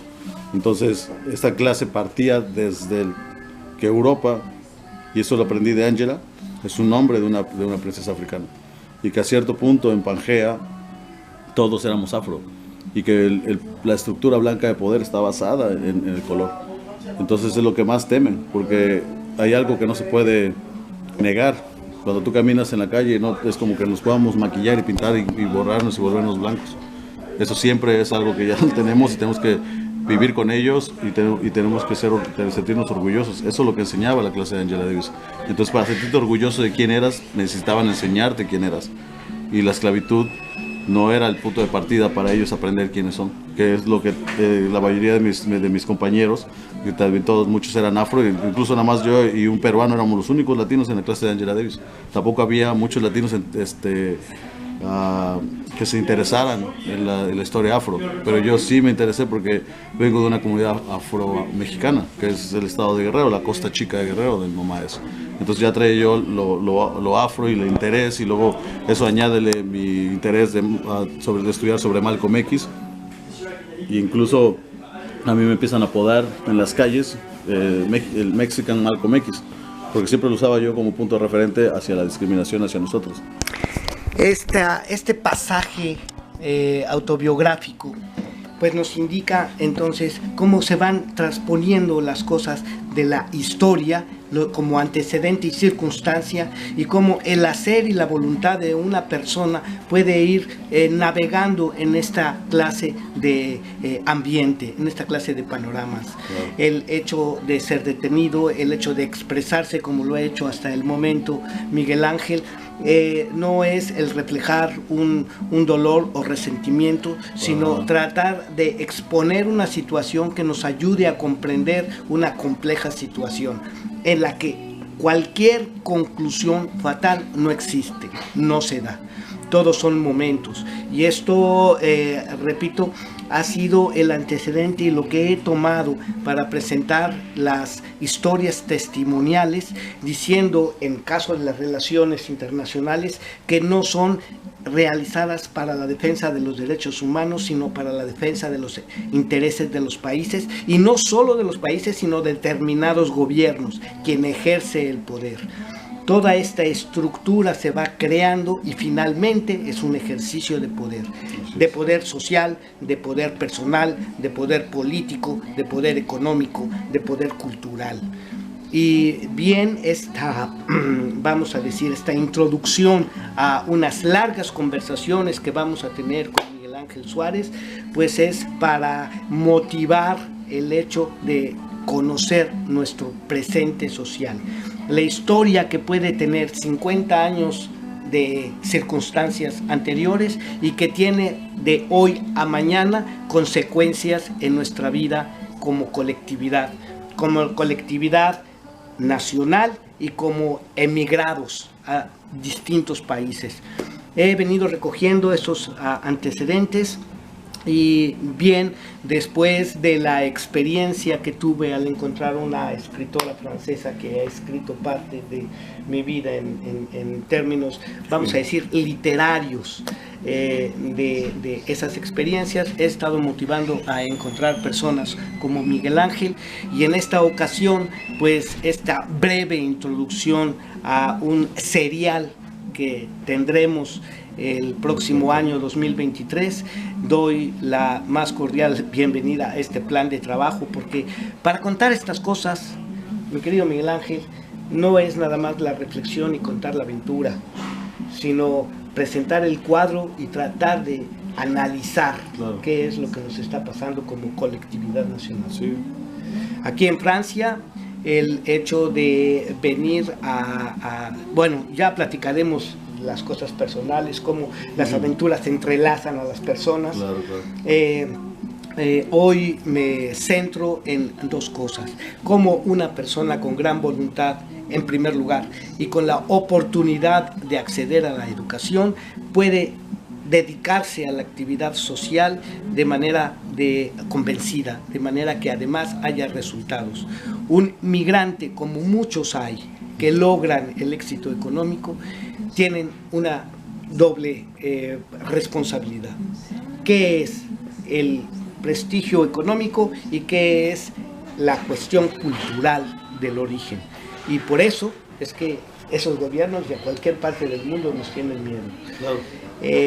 Yo creo que si tienes algo más que decir para esta emisión inicial, pues adelante, pero sí decirle a nuestro público que la relación que hemos tenido pues ha sido una propuesta de trabajo, porque hay muchas cosas que contar. Pues antes que nada es agradecerte la oportunidad de, por medio de mi experiencia de vida, que sea un conducto para más que nada las nuevas generaciones, que también al mismo, o sea, yo soy muy empático con ahorita las nuevas generaciones, por eso todo el tema que manejamos con el rap, el sistema social que estamos creando, porque un filósofo muy famoso, que también me lo enseña Angela Davis, Steve Biko, de Sudáfrica, decía que la revolución empieza en la mente de los jóvenes, de los niños. Entonces, si mi vida puede ser un conducto para que ellos se reflejen y no cometan errores o tengan alguna alternativa de vida a las que su sociedad, su sistema les está poniendo, pues de esto se trata esta serie. Se trata de detallar información y no estar en contra de nadie. Estamos proponiendo, estamos construyendo lazos, estamos creando alternativas para las generaciones que vienen. Entonces, bueno, pues debo decir también en esta ocasión que Miguel Ángel representa al sindicato de raperos, que es un sindicato de dignificación del artista, y que a través de su historia vamos a llegar al mismo Los Ángeles. Un saludo a Fernando Velázquez, porque siendo allá un locutor muy seguido en la radio, presenta esta clase de temas. A Paco Ortiz en Canadá, también un grandísimo saludo, y esperando que esta serie despierte el interés de nuestros connacionales en cualquier parte del mundo, en México también. Así es que, pues, para los lectores en Noticias Río Grande, en Tamaulipas, para los lectores de La Gota en Chihuahua, para los lectores del periódico Madera, de todas aquellas entidades culturales e informativas de carácter alternativo con las que hemos tenido relación, pues puedan acceder a la historia de un mexicano que ahora, por cuestiones del destino, pues nos hemos encontrado aquí en París, en Francia, y que seguiremos trabajando a distancia. Y por cierto, también a un gran militante y amigo social que le mando un saludo a Elton Man. Elton Man también. Yeah, Rastafari, man. Yeah. Y todo esto, pues, en Aquí Somos, Aquí Estamos, la emisión correspondiente a este domingo. No sé si la presente este domingo 25 o el próximo primer domingo en diciembre, pero que sepamos que es un serial de testimonio histórico que vamos a ir desarrollando en la emisión de frecuencia en París Pluriel. Pues un saludo a la comunidad mexicana, latina, a todos los amigos que vean o escuchen esta entrevista. Estamos pensando y estamos creando lazos, unificando al mundo por medio de los proyectos sociales. Y ya hablaremos de otros proyectos. Por lo pronto, ahí se ven. La cárcel es otra trinchera, seguiré aportando, no me veréis derrotado fascistas, no podréis evitar que miles y miles resistan, seguiré revolucionario, apoyando a revolucionarios, lo que digo lo piensan muchos en los barrios, las injusticias tienen unos culpables criminales y siempre voy a señalarles, es por nuestros derechos y nuestras libertades. Irán a por más si no los paramos, forrados con sangre inocente en las manos. quieren esposar la nuestra que escribe. O reta mi libreta libre, la conciencia es mi líder. Firme, si teméis que el pueblo piense. No voy a rendirme, os ahorro el suspense. Coraje no falta, la razón está a mi lado. Con el puño cerrado y la cabeza alta. Es su venganza por golpearme tanto y no verme doblegado. Si sin tregua los ataco, si lo que hago empujo a miles a luchar. Sin democracia como Juan Carlos tragando caviar. Contando con tu apoyo porque sabes que es un ataque contra nuestras libertades. Cabeza de turco pa' callar al resto contra lo injusto impuesto. No más susto, protesto sin darles el gusto, el manifiesto no rebajo. Y contra la tiranía del rico dedico trabajo. Resistir es bello, aun con el agua al cuello. Si no retrocedemos, pierden ellos. Hipócritas encarcelan por usar la palabra. Luego llaman violencia a que la calle arda. Y llenan de terror todo el globo terrestre. La policía que me secuestre, ir armada. Fachas con total libertad lo celebran, pero el mensaje se expande, la tienen negra. Va a adelantar el fin de su estado putrefacto. La República Popular ya devolverá el impacto. Me parto, si creen que así me derrotan. Ya quisiera la dignidad de esta boca. Apoyarán a quien los explota y saquea. Yo jamás voy a pintar como champán la diarrea. Esto literalmente me salvó la vida. No vendrá su muerte a dictarme lo que escriba. Si golpean fuerte no me verán blando. Que esto despierte y no salgan ganando. Llevé a la práctica lo que rapeo. Mi rabia apática no será su trofeo. Luchar es un honor a que no renunciaré. Si abrimos los ojos nos ciega nuestra fe. Gritemos por los silenciados, por los que mataron. Por eso empecé y aún lo tengo más claro. No hace falta que pienses igual que yo para ver el grave atropello que se cometió. Que han condenado por contar realidades ocultas, probadas como negocios criminales que los lucran. Fomentan racismo, machismo, homofobia. Luego prohíben al que todo eso odia. El régimen es un abusón crecido. Necesita hostias que lo dejen menos tranquilo. No pienso callarme porque al callarme pienso. Con arsenales de argumentos no me siento indefenso. La voz nos encierra. Idiotas que queréis, esto no es otra guerra con la que se forra el rey. No aceptes que sea legal que nos saquen millones e ilegalicen hasta llamarlos ladrones. Este himno es por quienes estáis conmigo y salís a las calles sin ser pueblo dormido. Porque han jodido al colectivo, no solo a mí. Con individualismo no podremos salir. Mare, aunque se nos separe a la fuerza, que el dolor sea rabia y jamás nos venzan. Someternos con miedo su plan, pero si salgo más fuerte no ganarán. Escucha bien, estado criminal. Con miedo a todos jamás nos callarás. No estamos solos, cada día somos más. Me haces pagar un precio muy caro, pero también lo pagarás dando volumen al mensaje que temes y quieres silenciado. Creando conciencia que se transformará en lucha organizada. Adelantando el fin de vuestra dominación que nos desangra. Entonces añoraréis que usemos la palabra que ni permitís. La sangre azul teñirá el cielo gris. En prisión la dignidad siempre será mi vis a vis. No vais a doblegarme escoria, tampoco al pueblo que en la calle os odia.